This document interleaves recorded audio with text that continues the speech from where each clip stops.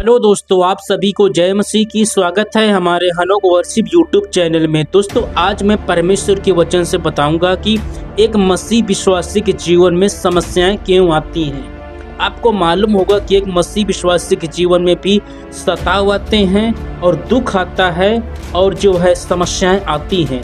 क्यों समस्याएं आती हैं? जब जीवित परमेश्वर पर हम लोगों ने विश्वास कर लिया है, सब कुछ का अधिकार परमेश्वर के पास है। बिना प्रभु की इच्छा से एक विश्वासी जीवन में कुछ भी नहीं हो सकता है। फिर भी जो है प्रभु के दास के जीवन में जो व्यक्ति प्रभु पर विश्वास करते हैं, उनके जीवन में जो है दुख क्यों आता है, क्यों बीमारी आती है, क्यों समस्याओं का सामना करना पड़ता है। क्या समस्याएं बड़ी होती हैं? क्या परमेश्वर छोटा है? समस्याएं बड़ी हैं। क्यों समस्याएं आती हैं एक मसीह विश्वासी के जीवन में? दोस्तों, ये भेद की बात आज मैं परमेश्वर के वचन से बताऊंगा। ये जानकारी जो हर एक मसीह भाई बहन को होना बहुत ही जरूरी है। जिसको ये जानकारी नहीं होती है, वो लोग क्या करते हैं कि जब उनके जीवन में सताव आता है, दुख आता है, तो वो उनका विश्वास कमजोर पड़ जाता है। और कई लोग ऐसे होते हैं कि प्रभु को छोड़ के वापस भी संसार में चले जाते हैं। कब ऐसा होता है? जब एक मसीह विश्वासी के जीवन में जो है समस्या आती है, जब वो परीक्षा में पड़ता है। लेकिन एक मसीह विश्वासी के जीवन में ऐसा क्यों आता है? समस्याएं क्यों आती हैं? बात यह, समस्या आने से पहले परमेश्वर उनको रोक क्यों नहीं देता है कि मेरा बेटे बेटी के जीवन में, मेरे लोग जीवन में जो है समस्याएं न आने पाए। दोस्तों, परमेश्वर के हाथ में सब कुछ है। सो आइए देर ना करते हुए आज का वचन हम निकालेंगे। इस बात को हम वचन से बताना चाहेंगे कि ऐसा क्यों होता है। आज का वचन है पहला थिस्सलुनीकियों की पुस्तक अध्याय जो है 2। यहाँ से मैं एक वचन पढ़ूंगा। जो वचन आप सुन रहे हैं, यहाँ आप सुन रहे हैं 2 अध्याय और 17 से 20 वचन तक पढ़ेंगे। ये वचन आपको मिल जाएगा, लेकिन मैं पूरा वचन पढ़ूंगा तो वीडियो काफी लंबी बन जाएगी, इसलिए यहाँ से मैं एक वचन पढ़ूंगा। यहाँ पर लिखा हुआ है, इसलिए हमने अर्थात मुझ पौलुस ने एक बार नहीं वरन 2 बार तुम्हारे पास आना चाहा, परंतु शैतान हमें रोके रहा। हालेलुया। दोस्तों, यहाँ पर लिखा हुआ है पौलुस जो है विश्वासी लोगों से मिलने की बहुत लालसा कर रहा है, प्रभु में आगे बढ़ने का प्रयास कर रहा है। कलीसिया से मिलने के बहुत जो पौलुस के माध्यम से जो लोग विश्वासी हैं, जो कलीसिया के लोग हैं, उन लोगों से जो है पौलुस मिलना चाहता है, उनका मुंह देखना चाहता है। लेकिन शैतान जो है उसको जो है पौलुस को रोके रहा। 2 बार इसने कोशिश किया, लेकिन शैतान पौलुस को रोके रहा ताकि ये जो प्रभु का दास है, ये विश्वासी लोगों से ना मिलने पाए। दोस्तों, एक मसीह विश्वासी के जीवन में जो है समस्याएं इसलिए आती हैं, शैतान इसलिए काम करता है। शैतान जो है आपको आगे बढ़ने से रोकता है। समस्याएं इसलिए आती हैं कि वो समस्याओं के चलते आप जो है प्रभु में आगे ना बढ़ने पाए। यहाँ पर पौलुस आगे बढ़ने की कोशिश करता है, आगे बढ़ना चाहता है, लेकिन जो है शैतान जो है पौलुस को रोके रहा, नहीं वहाँ पर जो है जाने दिया। दोस्तों, ऐसा होता है कि शैतान जो है आपको आगे बढ़ने से रोकता है, आपको प्रार्थना करने से रोकता है, कलीसिया में जाने से रोकता है, वचन पढ़ने से रोकता है। शैतान आपको प्रभु में आगे बढ़ने से रोकता है। लेकिन हमें रुकना नहीं है, हमें आगे बढ़ना है, हमें आत्मिक रूप से मजबूत होना है।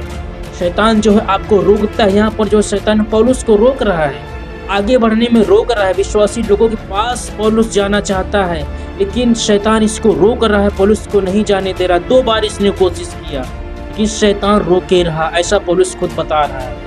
तो शैतान जो है जब आप आगे बढ़ना चाहते हैं तो आपको रोकता है। प्रार्थना करने में आपका मन नहीं लगता है, आराधना करने में मन नहीं लगता है, वचन पढ़ने में मन नहीं लगता है। यदि आप प्रार्थना करेंगे, वचन पढ़ेंगे, तो आप जो है मजबूत होंगे, आत्मिक रूप से मजबूत होंगे और आप आशीषित होंगे। अपने जीवन में जो है आप जो है सफल इंसान, आशीषित इंसान बन जाएंगे। लेकिन जो है शैतान नहीं चाहता है कि आप जो है आशीष पाएं, अपने जीवन में सफलता को प्राप्त कर सकें।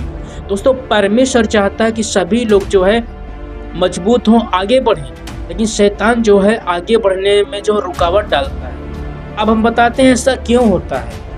आपके सब मन में एक सवाल हो सकता है कि परमेश्वर जो है सबसे महान है, सबसे बड़ा है, परमेश्वर के सामने शैतान कुछ भी नहीं है, फिर शैतान को परमेश्वर ऐसा क्यों करने देता है?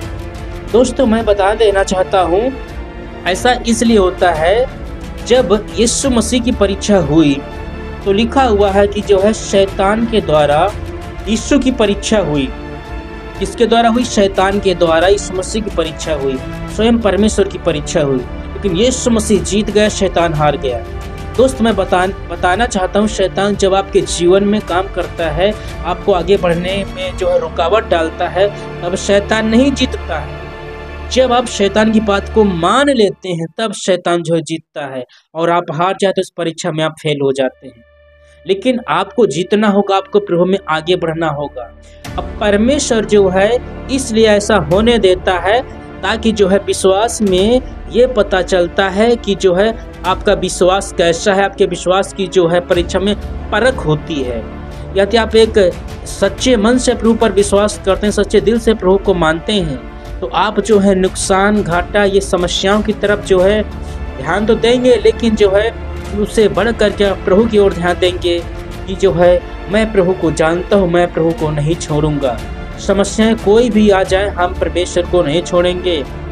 और यही पौलुस कहता है, क्या आकाश, क्या पृथ्वी, क्या स्वर्ग, क्या मनुष्य, क्या जीव जंतु, क्या ऊंचाई गहराई। कहने का मतलब पौलुस बोलता है कि कोई भी जो है सृष्टि की चीज, कोई भी कुछ भी हमको जो है परमेश्वर से अलग नहीं कर सकता है। दोस्तों ऐसा इसलिए होता है, आप एक मसीह विश्वासी के जीवन में परीक्षा इसलिए आती है, उस परीक्षा में जो विश्वासी की जो है परख हो जाती है, उसके विश्वास की पहचान हो जाती है।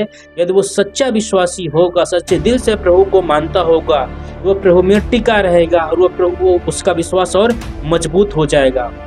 यदि वो सिर्फ चंगाई के लिए जाता है, ऊपरी मन से प्रभु को जो है मानता है, लेकिन दिल में उसने परमेश्वर को जगह नहीं दे रखी है, तो ऐसे लोग जो होते हैं प्रभु को छोड़ के वापस चले जाते हैं, परीक्षा में फेल हो जाते हैं, और वो जो है हार जाता है वो व्यक्ति, और शैतान उसके जीवन में जीत जाता है।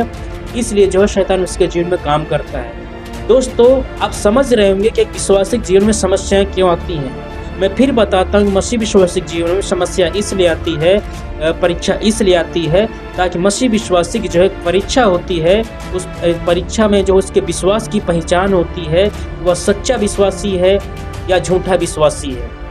यदि वो सच्चा विश्वासी होगा तो टिका रहेगा।